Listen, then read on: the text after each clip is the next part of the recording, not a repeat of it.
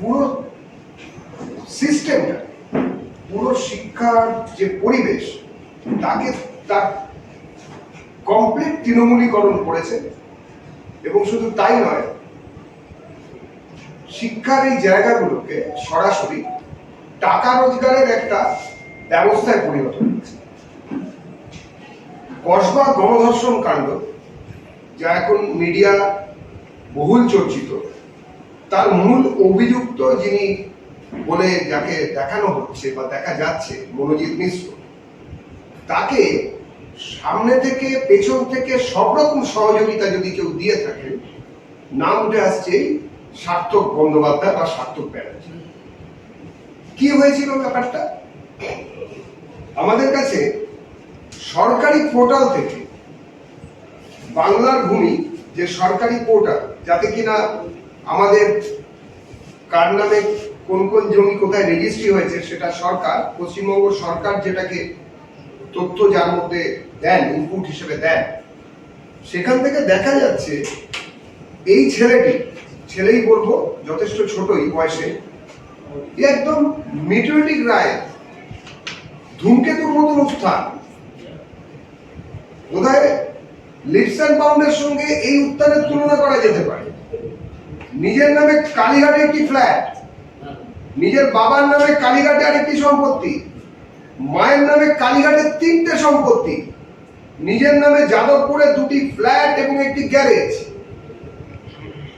বাবার নামে উদয় শঙ্কর সরণি, আপনারা জানেন সব থেকে পশ এলাকা, গল্ফ গ্রিনের কাছে, সেখানে 2টো ফ্ল্যাট, মায়ের নামে আমতলায় 2টো ফ্ল্যাট, মায়ের নামে উদয় শঙ্কর সরণি মানে ওই সেই গল্ফ গ্রিনে আরো একটা ফ্ল্যাট, একজন কলেজ ক্লার্ক যিনি 21-এ চাকরি পেলেন, সেই চাকরির মাইনে যেখানে 16 থেকে 18,000 টাকা খুব বেড়ে কেটে হতে পারে, 2020 সালের শেষ দিক থেকে 2021 সাল শেষ হতে না হতেই কোনো লটারির টিকিট তিনি পাননি, তিনি কোনো অন্য কিছু পেলেন না, কোথা থেকে সোর্স অফ ইনকাম কেউ জানলো না, কিন্তু তিনি 12টা 1 ডজন সম্পত্তির মালিক হয়ে গেলেন এখনো পর্যন্ত। মানে 1 ডজন গল্প পাওয়া গেছে, এরপরে আরো 1 ডজন, তারপরে আবারও 1 ডজন, এরকম পাওয়া যাবে কিনা, পাওয়া যাবে না, তার কোনো গ্যারান্টি দেওয়া যাচ্ছে না। কোনো নির্দেশিকা না মেনে এইরকম জায়গায় জায়গায় গভর্নিং কমিটির সদস্যদের নিয়োগ করেছেন মাননীয় তৃণমূল কংগ্রেসের কর্তা ব্যক্তিরা।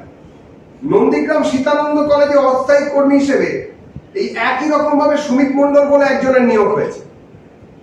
এবং এই প্রসঙ্গে আসার আগে আমি দেখাতে চাই যে এই 21 থেকে current status of the owner, যেখানে টাইপস অফ প্রপার্টি এবং স্ট্যাটাস অফ দ্য ওনার, যেখানে গভর্নমেন্টের পোর্টাল, নাম আর অ্যাড্রেস সহ, এই সার্থক ব্যানার্জি তিনি সর্বত্র দেখেছেন, সর্বত্র এইসব সম্পত্তি ক্রয় করে তার নামে, তার বাবার নামে, তার মায়ের নামে আছে।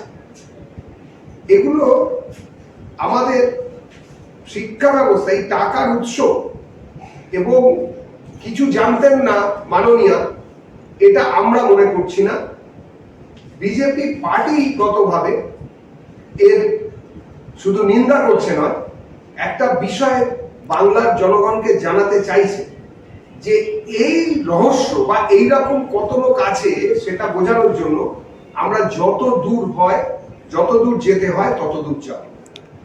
এই একই রকম ভাবে সার্থক ব্যানার্জি মনোজিতের সূত্র ধরে বা একই রকম ভাবে লাইনে আমরা আগেই বলছিলাম যে নন্দীগ্রাম সীতানন্দ কলেজের অস্থায়ী কর্মী, টিএমসিপির সভাপতি ওই এলাকার সুমিত মন্ডল, তার নিয়োগ হলো।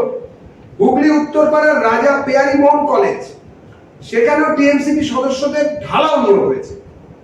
2016 থেকে এ পর্যন্ত 10 জন টিএমসি কর্মী সরাসরি নিয়োগ পেয়েছেন। কোন রকমের নিয়োগ সংক্রান্ত যেসব নির্দেশিকা আছে তার তোয়াক্কা না। কসবার পরে কাকদ্বীপ কলেজ, সেখানেও এই একই রকম বিতর্ক দেখা দিয়েছে।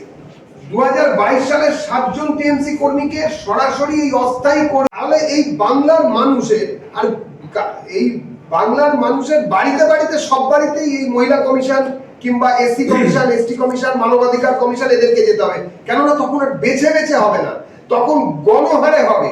তৃণমূলীকরণ গণহারে হয়ে যাবে, এবং তারপরে এই 26-এ যদি বাংলাকে বাঁচাতে হয়, বাঙালিকে যদি বাঁচাতে হয়, যদি বেছে বেছে আর যাতে কোনোদিন না বেছে বা না বেছে যাতে না যেতে হয়, তার জন্য বিজেপিকেই আনতে হবে। নইলে তৃণমূলের এই কটাক্ষ বাংলার মানুষ মনে রাখুন যে এখন ওরা বেছে বেছে আসছে, এরপরে আর বাঁচার সুযোগ দেব না।